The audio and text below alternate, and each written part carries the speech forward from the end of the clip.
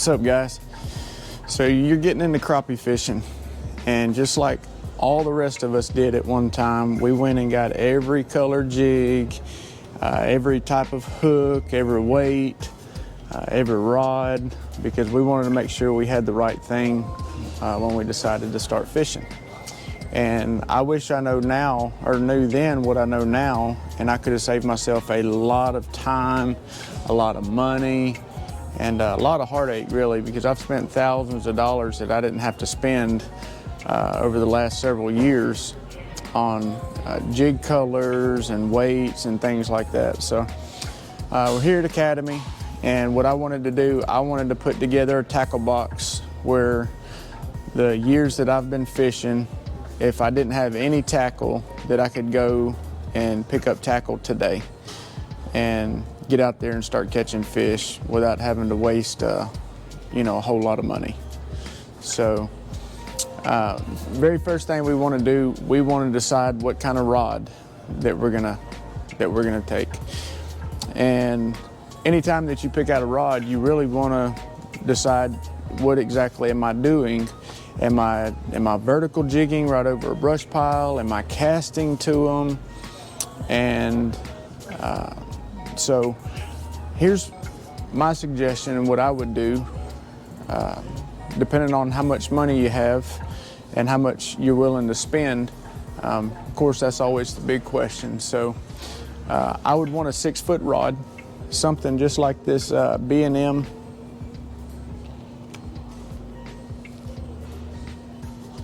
Bucks graphite spinning rod. It's not that long. It's a little over 6 foot.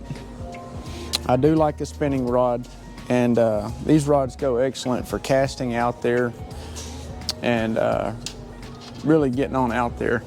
The next thing that you would want is a 10-footer. 10-footer is if you only had one pole to pick and say, this is the pole that I'm going to crappie fish from here on out, my go-to would be a 10-footer pole, because you can do absolutely everything with a 10-foot. You can cast to the bait, you can vertical jig with it. Really, it's the most versatile, in my opinion, crappie pole out there. And I'll show you my very first crappie pole that I ever bought, and I actually still use it to this day. And it is the B&M, it's the B&M West Point crappie rod. It's a 10-foot rod.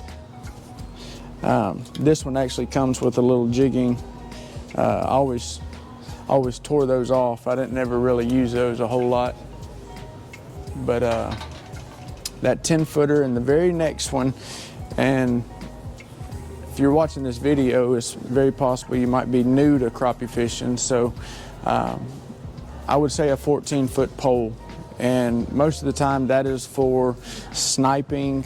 A lot of Livescope users, they'll use a 14 because it gets on out past the trolling motor and you don't have to worry about spooking the fish as much.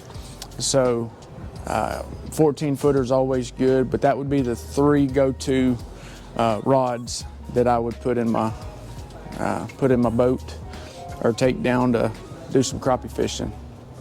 All right, very next thing is we want to figure out what color jigs we're going to use. If you're going to use jigs or minnows, personally, you got one side or the other with most people. They're either going to use all the jigs and no minnows, and they're completely against it, or they're all minnows, no jigs, and usually there's no in between. And I like to catch fish. So I've seen days where minnows, they won't touch a minnow, and other days they won't touch a jig and hit the other, and vice versa. So if I had to pick out just a couple color jigs, most of the ones I've bought over time, I've just wasted money because they never leave the package or my tackle box. So number one would be a black and chartreuse. Hands down, probably one of the best colors that you're gonna get. One of my favorite is the crappie magnet, the black and chartreuse. So we're gonna put that in there. Next one's gonna be a red and chartreuse. Those are my two go-to colors. This is a little tube jig.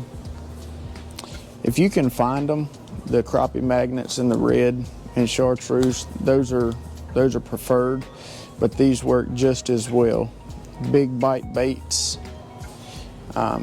excellent jigs. My next favorite is going to be the Barbie Garland original baby shad. This is the Blue Thunder. Got a little blue and gray, got some speckles in it. Absolutely killer jig. The next one, probably my favorite. You always want to kind of have in your tackle box a natural color, or towards a natural color, and you can't ever go wrong with monkey milk. Can't ever go wrong with this color right here. 9 times out of 10, they're gonna hit that. Original baby shad. This one is monkey milk. There's one other color that I'm gonna go to, and that is a straight chartreuse. You can take those crappie magnets, straight chartreuse. Most of the time, if they're not hitting those colors, you're gonna have a hard time hitting any colors. And I know that's very subjective. So many people would disagree with that, and that's okay. They can disagree. Everybody's entitled to their own opinion.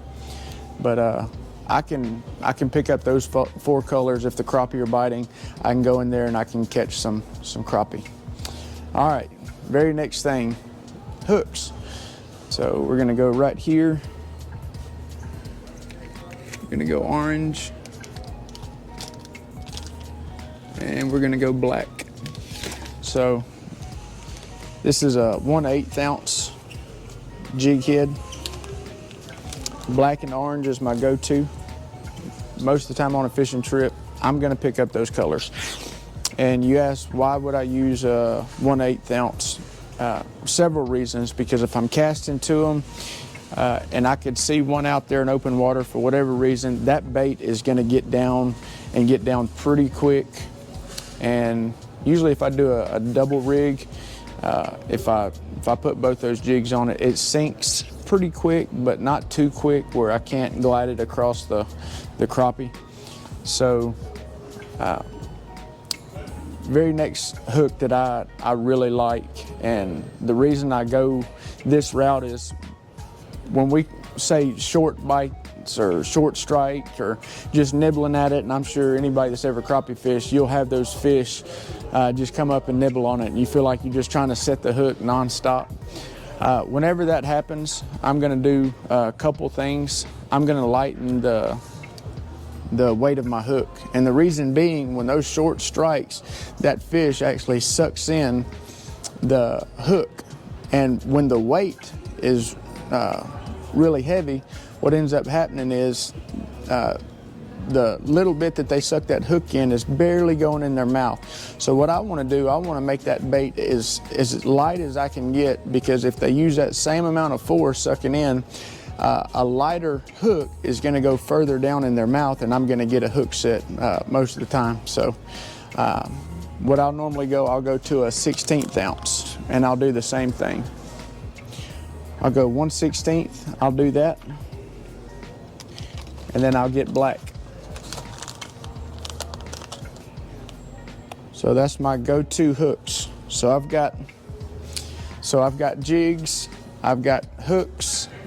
Very next thing I need weights. What size weight do we use? And usually I'll do the same thing. I'll get a 1/8 ounce weight, just like so. And if I'm going crappie fishing several times, I'm gonna get 2 of those. So we got 1/8, and I also want to go to 1/16.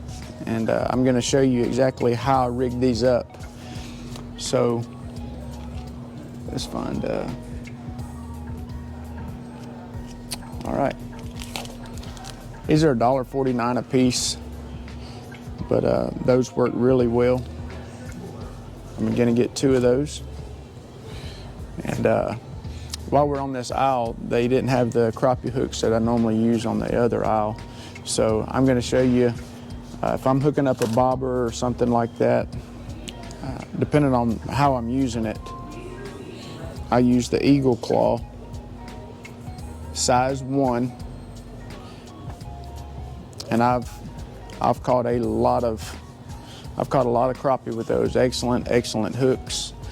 Next thing that we're gonna want a barrel swivel, and you don't want a big barrel swivel. You want a very small barrel swivel.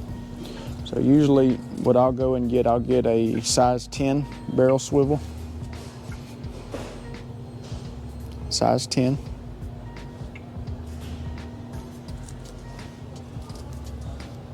I'll get 2 of those. So you're gonna need fishing line, and what I like to do, I like to use straight braid, just because the sensitivity is just next to none. So I don't use really expensive braid. Depending on what you can get, I can't see one being better than the other. However, I do use 10-pound braid. So Berkeley is 10 pounds, it's 20 bucks. You don't have to use that, but I like when I set the hook, I don't really have to worry about them coming off. So very next thing that you're gonna wanna do, you're gonna want some fluorocarbon line, and I use this as leader line because this line right here, you're gonna spend a little extra money buying the line, but it's gonna last you a long time. So other than the 10-pound braid, we're gonna go 8-pound fluorocarbon. 8-pound fluorocarbon. And I'm going to show you how to save a lot of tackle with that fluorocarbon. So let's see if we can find some bobbers. All right. I love slip bobbers. And when I was a kid, I used to use these little bobbers, had the 2 little hooks. Get these little bobbers, and they're great for learning, but also they're horrible. And I'll tell you why I think they're horrible. Because you've got to let your line out however long you're going to let it out, and basically you have that action. So if you're fishing in brush, you've got that much line that ends up wrapping around stuff. And you know, if you're in open water, these bobbers are okay. But when I was a little older, I went to a slip bobber, and it saved me so much as far as the headache goes. So I'm going to show you exactly what I use. These are $1, and they're some of the best slip bobbers that you're going to use. You're going to need a bobber stop. Also, this is very simple. Nothing to it. I think they're like a buck 50. So that's what we're going to want. And I'm going to do 2 of these. I'm going to get 2 packs of those.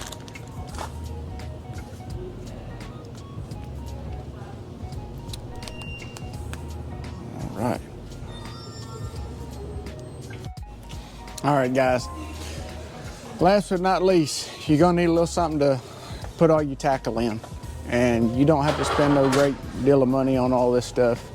I paid $13, so if you look at my tackle box at home, this is what it is. Little bag, KVD bags, $13.99. If you look inside, it's just a plain Jane bag is all that it is. I don't spend a great deal on it. I just don't see a need in doing it. So I buy one of those, and I buy one of these. Just a little tackle, little box. It's a dry box. Keep all your hooks from getting rusty. It's $5.49. And believe me, I used to have all the tackle boxes, tackle bags, and my boat was loaded down with it. And what I realized was I'm not using hardly any of that stuff. So I consolidated all of my tackle. I guide all the time. And when I go fishing or I guide, you're gonna see me pull that bag out, and that's the only thing that I use when I go fishing. So there's no need in having a huge tackle box. If you have some colors that you like and you use, by all means, go ahead and put those in your tackle box also. But as for me, I don't use that many, so that's all that I have. And check out the channel. I catch loads of crappie. Now, that's not to say I don't use any other color, but those are my go-to colors.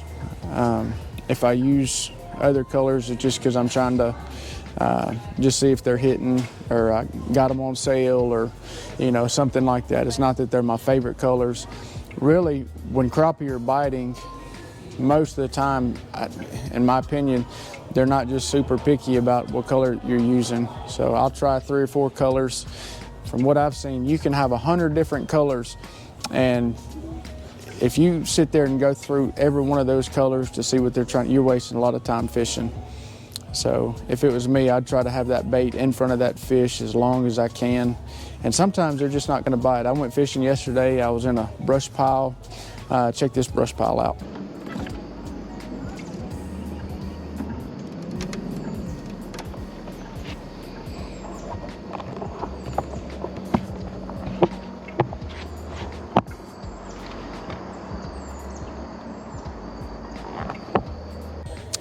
I couldn't get one to hit. I sat there in that brush pile for over an hour, and I couldn't get nothing to hit. So when they're biting, they're biting. When they're not, they're not. So you can find the fish, you can put the bait in front of them, but you can't make them bite. Go to my page, like and subscribe, and I'm going to show you how I set all this stuff up. So if you want to see the barrel swivel, the braided line to the fluorocarbon, I know it sounds kind of complicated. It's super easy. It's going to save you a lot of money in the future. Go to my page and like and subscribe. Check out the next video. Have a good day.